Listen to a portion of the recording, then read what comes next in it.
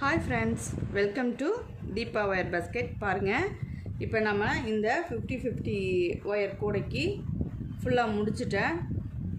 இது handle பின்னிகிட்ருக்கேன். Handle நம்ம என்ன மாதிரி பண்ணுறோம் அப்படிங்கிறத உங்களுக்கும் சொல்லலாம் அப்படிங்கிறதுக்காக இந்த வீடியோ. இதுக்கு கட்டு ஒயர் 2 எடுத்துக்கிட்டேங்க. ஒரு கட்டு ஒயரோட அளவு 13 அடி எடுத்திருக்கேன். சரிங்களா? ஒரு கட்டு ஒயரோட அளவு 13 அடி எடுத்து பாருங்கள், இந்த மாதிரி இந்த சைடு 2 ஒயரும், அதாவது கீழே வர்ற மாதிரி 2 ஒயரும், மேலே வர்ற மாதிரி 2 ஒயரும் ஆப்போசிட்டில் கொடுத்து வாங்கி இந்த மாதிரி நம்ம பேஸ் நாட் பின்னுறோம் இல்லைங்களா, அது மாதிரியே இந்த ஹேண்டில் நான் பின்னிகிட்ருக்கேன். பாருங்கள் எவ்வளோ அழகாக வந்திருக்குன்னு. அதில் இந்த பீட்ஸும் நான் கோத்துருக்கேன்.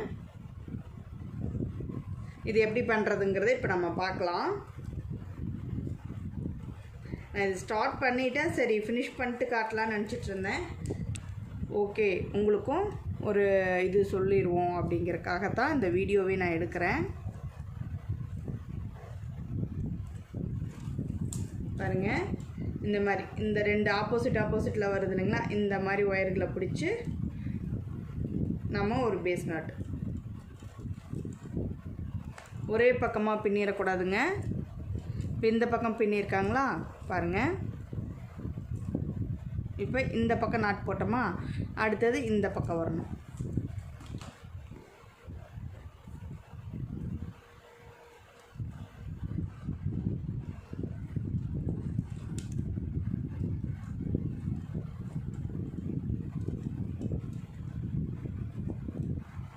இப்போ பாருங்கள், இந்த நாட்டு ஃபஸ்ட்டு போட்டோம், இது செகண்ட் நாட் போட்டிருக்கோம். இப்போ பாருங்கள், இதுக்கு நேர் ஆப்போசிட்டில் இந்த சைடு வருது பார்த்திங்களா, இந்த 2 ஒயரு, இந்த 2 ஒயரையும் பிடிச்சி நம்ம ஒரு பேஸ் நாட் இப்படி மாற்றி நம்ம பின்னிட்டு வரணுங்க. ஒரே பக்கமாக எடுத்து பின்னிடக்கூடாது. உங்களுக்கு பார்த்தாலே தெரியும். பாருங்கள், இப்போ இந்த 2 ஒயர் மீட் ஆகுதுங்களா, இந்த 2 ஒயரையும் பிடிச்சி ஒரு நாட் போடணும். இந்த பக்கம் திருப்பினீங்கன்னா இந்த ஒயர் 2 மீட் ஆகும். இந்த 2 ஒயரையும் பிடிச்சி நாட் போடணும். இப்போ நம்ம 4 நாட்டு போட்டோம். இப்போ பீட்ஸ் கோத்துக்கலாம். அதில் இப்போ நான் எப்படி பீட்ஸ் கோக்குறேன்னு பாருங்கள்.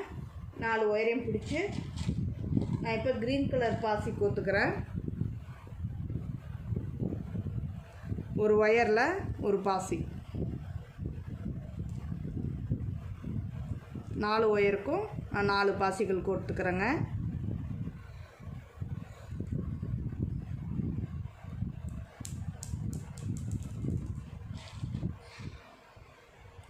பாசிகள் கோர்த்துட்டு அதுக்கப்புறம் இது ஃபுல்லாக அப்படி